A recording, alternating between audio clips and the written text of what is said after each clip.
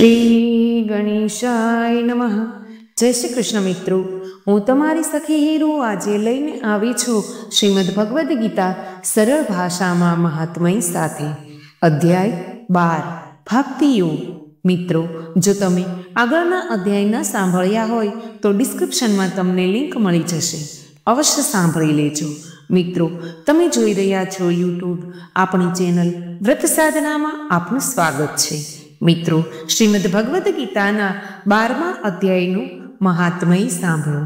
શ્રી મહાદેવજી બોલ્યા કે હે પાર્વતી, દક્ષિણ દિશામાં કોલ્હાપુર નામે એક નગર છે, જે સર્વ પ્રકારના સુખોનો આધાર, સિદ્ધ મહાત્માઓનું નિવાસસ્થાન તથા સિદ્ધિ પ્રાપ્તિનું ક્ષેત્ર છે। તે પરાશક્તિ ભગવતી લક્ષ્મીની પ્રધાન પીઠ છે। સમસ્ત દેવો તેનું સેવન કરે છે। તે પુરાણ પ્રસિદ્ધ તીર્થ, ભોગ અને મોક્ષ આપનાર છે। ત્યાં કરોડો તીર્થો તથા શિવલિંગ છે। રુદ્રગયા પણ ત્યાં જ છે। તે વિશાળ નગર ઘણી ખ્યાતિ ધરાવે છે। એક દિવસ કોઈ યુવક તે નગરમાં આવ્યો। તે ત્યાંનો રાજકુમાર હતો। તેના શરીરનો રંગ ગૌર, નેત્ર સુંદર, ગરદન શંખના જેવી, ખંભા ઊંચા, છાતી સુડોળ તથા ભુજાઓ લાંબી હતી। નગરમાં પ્રવેશ કરી ચારે તરફ મહેલોની શોભા જોતો જોતો તે દેવેશ્વરી મહાલક્ષ્મીના દર્શન માટે ઉત્કંઠિત થઈ મણિકંઠ તીર્થ ઉપર ગયો અને ત્યાં સ્નાન કરી તેને પિતૃઓનું તર્પણ કર્યું। પછી મહામાયા લક્ષ્મીજીને પ્રણામ કરી ભક્તિપૂર્વક સ્તુતિ કરવા લાગ્યો। રાજકુમાર બોલ્યો, જેના હૃદયમાં અસીમ દયા ભાવ ભરેલો છે, જેઓ સમસ્ત કાર્યો પૂર્ણ કરે છે તથા કટાક્ષ માત્રથી જ સમસ્ત જગતનું સર્જન, પાલન અને સંહાર કરે છે, તે જગત માતા મહાલક્ષ્મીનો જય હો। જે શક્તિને સહારે તેના જ આદેશ મુજબ પરમાત્મા બ્રહ્મ સૃષ્ટિ કરે છે। ભગવાન અચ્યુત જગતનું પાલન કરે છે અને ભગવાન રુદ્ર અખિલ વિશ્વનો સંહાર કરે છે। તે સર્જન, પાલન અને સંહારની શક્તિથી સંપન્ન ભગવતી પરાશક્તિનું હું ભજન કરું છું। હે મા કમલા, યોગીઓ તમારા ચરણ કમળનું ચિંતન કરે છે। હે કમલાલયા, તમે પોતાની સ્વાભાવિક સત્તાથી જ અમારા સમસ્ત ઇન્દ્રિય ગોચર વિષયોને જાણો છો, તેમજ કલ્પનાઓના સમૂહ તથા તેનો સંકલ્પ કરનાર મનને ઉત્પન્ન કરો છો। ઈચ્છા શક્તિ, જ્ઞાન શક્તિ અને ક્રિયાશક્તિ આ બધા તમારા જ સ્વરૂપો છે। તમે પરાસંવિત રૂપિણી છો। તમારું સ્વરૂપ નિષ્કલ, નિર્મળ, નિત્ય, નિરાકરા, નિરંજન, અંતરહિત, આંતક શૂન્ય, આલંબહીન તથા નિરામય છે। હે દેવી, તમારા મહિમાનું વર્ણન કરવા કોણ સમર્થ છે? જે ષટચક્રનું ભેદન કરી અંતઃકરણના 12 સ્થાનોમાં વિહાર કરે છે, અનાહત ધ્વમિ, બિંદુ, નાદ અને કલા એ જેના સ્વરૂપો છે, તે માતા મહાલક્ષ્મીને હું વંદન કરું છું। માતા, તમે પોતાના મુખરૂપી પૂર્ણ ચંદ્રથી પ્રકટ થનાર અમૃત રાશિને વહાવો છો। તમે જ પરા, પશ્યંતી, મધ્યમાં અને વેખરી નામની વાણી છો। હું આપને નમસ્કાર કરું છું। હે દેવી, તમે જગતની રક્ષા માટે અનેક રૂપ ધારણ કરો છો। હે અંબિકે, તમે જ બ્રાહ્મી, વૈષ્ણવી તથા મહેશ્વરી શક્તિ છો। વારાહી, મહાલક્ષ્મી, નારસિંહી, ઐન્દ્રી, કૌમારી, ચંડિકા, જગતને પવિત્ર કરનારી લક્ષ્મી, જગન્માતા સાવિત્રી, ચંદ્રકલા તથા રોહિણી પણ તમે જ છો। હે પરમેશ્વરી, તમે ભક્તોના મનોરથ પૂર્ણ કરવા કલ્પલતા સમાન છો। મારા પર પ્રસન્ન થાવો। તેની આ સ્તુતિથી ભગવતી મહાલક્ષ્મી પોતાનું સાક્ષાત સ્વરૂપ પ્રગટ કરી બોલ્યા કે હે રાજકુમાર, હું તારાથી ખુશ છું। તું કોઈ ઉત્તમ વરદાન માંગ। રાજપુત્ર બોલ્યો, હે માં, મારા પિતા રાજા બૃહદ્રથ અશ્વમેઘ નામના મહાયજ્ઞનું અનુષ્ઠાન કરી રહ્યા છે. તેઓ દેવયોગથી રોગગ્રસ્ત થઈ સ્વર્ગગામી થયા છે. તે દરમિયાન સ્તંભ સાથે બંધાયેલ યજ્ઞ સંબંધી ઘોડાની જે સમસ્ત પૃથ્વીની પરિક્રમા કરીને આવ્યો હતો, તેના બંધન રાત્રે કોઈએ કાપી ક્યાંક છુપાવી દીધો છે. તેની શોધ માટે મેં કેટલાક લોકોને મોકલ્યા હતા, પરંતુ તેનો પત્તો ન લાગતા તેઓ ખાલી હાથે પાછા ફર્યા છે. આથી હું ઋતુધ્વજોની આજ્ઞા લઈ તમારા શરણે આવ્યો છું. હે દેવી, જો આપ મારા પર પ્રસન્ન હો તો મારા યજ્ઞનો ઘોડો મને મળે તેવું કંઈ કરો, જેથી આ યજ્ઞ પૂર્ણ થાય. ત્યારે જ હું મારા પિતા મહારાજનું ઋણ ઉતારી શકીશ. શરણાગત પર દયા કરનારા જગતજનની લક્ષ્મીજી, જે રીતે મારો યજ્ઞ પૂર્ણ થાય તે ઉપાય કરો. માતા લક્ષ્મીજી બોલ્યા, રાજકુમાર, મારા મંદિરના દરવાજા ઉપર એક બ્રાહ્મણ રહે છે, જેઓ લોકોમાં સિદ્ધ સમાધિના નામે પ્રખ્યાત છે. તેઓ મારી આજ્ઞાથી તમારા બધા કાર્યો પૂર્ણ કરશે. મહાલક્ષ્મીજીના આ પ્રમાણે કહેવાથી રાજકુમાર તે સ્થાને આવ્યો જ્યાં સિદ્ધ સમાધિ રહેતા હતા.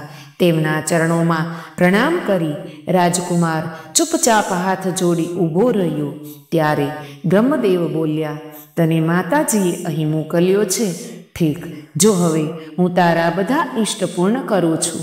આમ કહી તે મંત્રવેતા બ્રાહ્મણ બધા દેવોને ત્યાં ખેંચી લાવ્યા.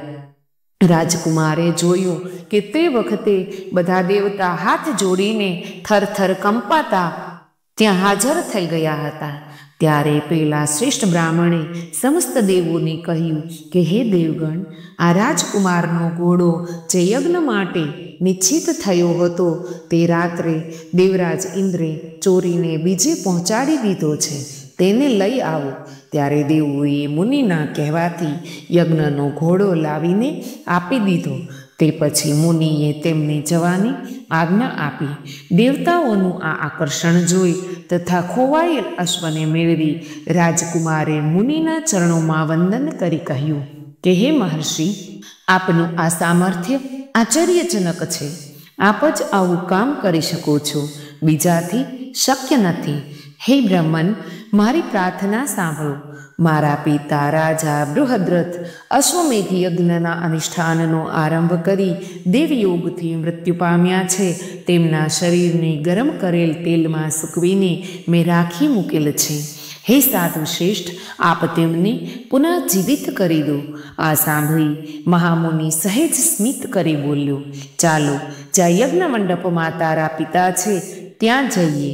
ત્યારે સિદ્ધ સમાધિએ રાજકુમારની સાથે જય જળ અભિમંત્રિત કરી તેને તે શબના મસ્તક પર મૂક્યો. તેના મુક્તાની સાથે જ રાજા સચેત થઈ ઊભા થઈ ગયા. પછી બ્રાહ્મણની પાસે જઈ તેમણે પૂછ્યું કે હે ધર્મ સ્વરૂપ, આપ કોણ છો? ત્યારે રાજકુમારે રાજાને પહેલાંનો બધો વૃત્તાંત કહી સંભળાવ્યો. રાજાએ પોતાને ફરી જીવનદાન આપનાર બ્રાહ્મણને નમસ્કાર કરીને પૂછ્યું, બ્રાહ્મણ, કયા પુણ્યથી આપને આ અવલૌકિક શક્તિ પ્રાપ્ત થઈ છે? તેમણે આમ પૂછવાથી બ્રાહ્મણે મધુર વાણીમાં કહ્યું, રાજન, હું દરરોજ આળસનો ત્યાગ કરીને ગીતાના 12મા અધ્યાયનો જપ કરું છું. તેનાથી જ મને આ શક્તિ પ્રાપ્ત થઈ છે. એ શક્તિથી તમને જીવન પ્રાપ્ત થયું છે. આ સાંભળી બ્રાહ્મણો સહિત રાજાએ તે બ્રહ્મર્ષિ પાસેથી ગીતાના 12મા અધ્યાયનું અધ્યયન કર્યું. તેના મહાત્મયથી બધાની સદગતિ થઈ. બીજા પણ ઘણા જીવો તેના પાઠથી પરમ મોક્ષને પ્રાપ્ત થયા. મિત્રો, 12મા અધ્યાયનું મહાત્મય અહીં સમાપ્ત થાય છે. હવે આપણે 12મા અધ્યાયનો પાઠ કરીએ. અર્જુન કહે છે, જે અનન્ય પ્રેમી ભક્તજનો હમણાં આપે જણાવ્યું એ પ્રકારે નિરંતર આપના ભજન ધ્યાનમાં રચ્યા પચ્યા રહીને આપ સદગુણ સ્વરૂપ પરમેશ્વરને ભજે છે અને બીજા ભક્તો જે કેવળ અવિનાશી સચ્ચિદાનંદ ઘન નિરાકાર બ્રહ્મને જ ઘણા ઉત્તમ ભાવે ભજે છે, એ બંને પ્રકારના ઉપાસકોમાં સૌથી વધુ ચડિયાતા યોગવેદતા કોણ છે? ત્યારે ભગવાન શ્રી કૃષ્ણ કહે છે, મારામાં મનને પરોવીને નિરંતર મારા ભજન ધ્યાનમાં રચ્યા પચ્યા રહેનારા જે ભક્તજનો અત્યંત અડગ શ્રદ્ધાભાવથી યુક્ત થઈને મુજ સગુણ સ્વરૂપ પરમેશ્વરને ભજે છે, તેઓ મને યોગીઓમાં વધુ ચડિયાતા યોગી રૂપે માન્ય છે. પરંતુ જે ભક્તો ઇન્દ્રિયોના સમુદાયને સારી પેઠે વશમાં કરીને મન બુદ્ધિથી પર સર્વવ્યાપક કોઈ પણ રીતે નિર્દર્શન થઈ શકે એવા સદા એક રસ રહેનાર નિત્ય અચળ નિરાકાર અવિનાશી સચ્ચિદાનંદ ઘન પર મને નિરંતર એકાત્મ ભાવે ધ્યાન કરતા ભજે છે, એ સગળા ભૂતોના હિતમાં રત રહેનારા અને સૌમાં સમાન ભાવ રાખનારા યોગીઓ મને જ પામે છે. પણ સચ્ચિદાનંદ ઘન નિરાકાર બ્રહ્મમાં મન પરોવનાર એ માણસોના સાધનમાં પરિશ્રમ વધુ છે, કારણ કે દેહાભિમાનીઓ વડે અવ્યક્ત વિષયક ગતિ ઘણું દુઃખ વેઠીને પ્રાપ્ત કરવામાં આવે છે. અર્થાત દેહાભિમાન રહેવાને લીધે નિર્ગુણ બ્રહ્મની પ્રાપ્તિ દુષ્કર છે. પરંતુ મારે પરાયણ રહેનારા જે ભક્તજનો સર્વ કર્મોને મારામાં અર્પણ કરીને મુજ સગુણ સ્વરૂપ પરમેશ્વરને જ અનન્ય ભક્તિ યોગથી નિરંતર ચિંતન કરતા ભજે છે, મારામાં ચિત્ત પરોવનારા એ પ્રેમી ભક્તોનો હે પાર્થ હું સત્વરે મૃત્યુરૂપી સંસાર સાગરમાંથી ઉદ્ધાર કરી દઉં છું. મારામાં મનને પરો અને મારામાં જ બુદ્ધિને જોડ, એ પછી તું મારામાં જ નિવાસ કરીશ, એમાં લેશ માત્ર સંશય નથી. જો તું મનને મારામાં અચળ ભાવે સ્થાપવા સમર્થ ન હોય તો હે જનંજય અભ્યાસ રૂપ યોગ દ્વારા મને પામવાની ઈચ્છા કર. જો તું ઉપર જણાવેલા અભ્યાસમાં પણ અસમર્થ છે તો કેવળ મારે અર્થે કર્મ કરવાની જ પરાયણ થા. મારે અર્થે કર્મોને કરતો રહીને પણ તું મારી પ્રાપ્તિરૂપી સિદ્ધિને જ પામીશ. જો મારી પ્રાપ્તિરૂપી યોગનો આશરો લઈને ઉપર જણાવેલ સાધન કરવામાં પણ તું અસમર્થ છે તો મન બુદ્ધિ ઉપર જય મેળવનારો થઈને સર્વ કર્મોના ફળનો ત્યાગ કર. મર્મને જાણ્યા વિના કરેલા અભ્યાસ કરતાં જ્ઞાન ચડિયાતું છે, જ્ઞાન કરતાં મુજ પરમેશ્વરના સ્વરૂપનું ધ્યાન ચડિયાતું છે, અને ધ્યાન કરતાં પણ સર્વ કર્મોના ફળનો ત્યાગ ચડિયાતો છે, કેમ કે ત્યાગથી તરત જ પરમ શાંતિ મળે છે.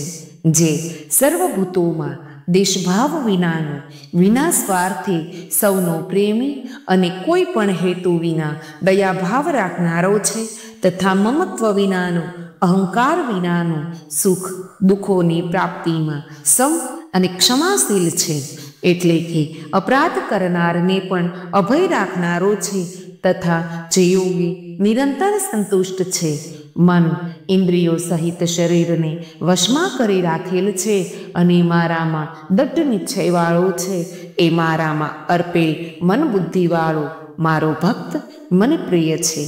જેનાથી કોઈ પણ જીવ ઉદ્વેગ નથી પામતો અને જે પોતે પણ કોઈ જીવથી ઉદ્વેગ નથી પામતો, તથા જે હર્ષ અમર્ષે ભય અને ઉદ્વેગ આદિથી રહિત છે, એ ભક્ત મને પ્રિય છે. જે ખેવના વિનાનો બાહ્ય તેમજ આંતરિક રીતે શુદ્ધ નિપુણ પક્ષપાત વિનાનો અને દુઃખમાંથી છૂટેલો છે, એ સર્વ આરંભનો ત્યાગી મારો ભક્ત મને પ્રિય છે. જે ન તો કદી હર્ષ પામે છે, ન દ્વેષ કરે છે, ન શોક કરે છે, ન કશાયની કામના કરે છે, તથા જે શુભ અને અશુભ સગળા કર્મોનો ત્યાગી છે, એ ભક્તિયુક્ત માણસ મને પ્રિય છે. જે શત્રુ કે મિત્રમાં અને માન કે અપમાનમાં સમ છે, તથા ઠંડી ગરમી અને સુખ દુઃખના દ્વંદ્વોમાં સમ છે અને આસક્તિ વિનાનો છે, જે નિંદા સ્તુતિને સમાન સમજનાર મનશીલ અને ગમે તે પ્રકારે પણ શરીરનો નિર્વાહ તથા સદા સંતુષ્ટ છે તથા રહેવાના સ્થાનમાં મમતા અને આસક્તિ વિનાનો છે એ સ્થિર બુદ્ધિનો ભક્તિમાન માણસ મને પ્રિય છે. પરંતુ જે શ્રદ્ધાળુ માણસો મારે પરાયણ થઈને ઉપર કહેલા ધર્મમય અમૃતને નિષ્કામ પ્રેમ ભાવે સેવે છે એ ભક્તો મને સૌથી એટલે કે અત્યંત પ્રિય છે. ઓમ તત્સદિતિ શ્રીમદ ભગવદ્ ગીતા સુપનિતસ્ય બ્રહ્મ વિદ્યાયામ યોગશાસ્ત્રે શ્રી કૃષ્ણ અર્જુન સંવાદે ભક્તિ યોગો નામ દ્વાદશોડાધ્યાય. ભક્તિ યોગ નામનો 12મો અધ્યાય અહીં સમાપ્ત થાય છે. મિત્રો, ધન્યવાદ.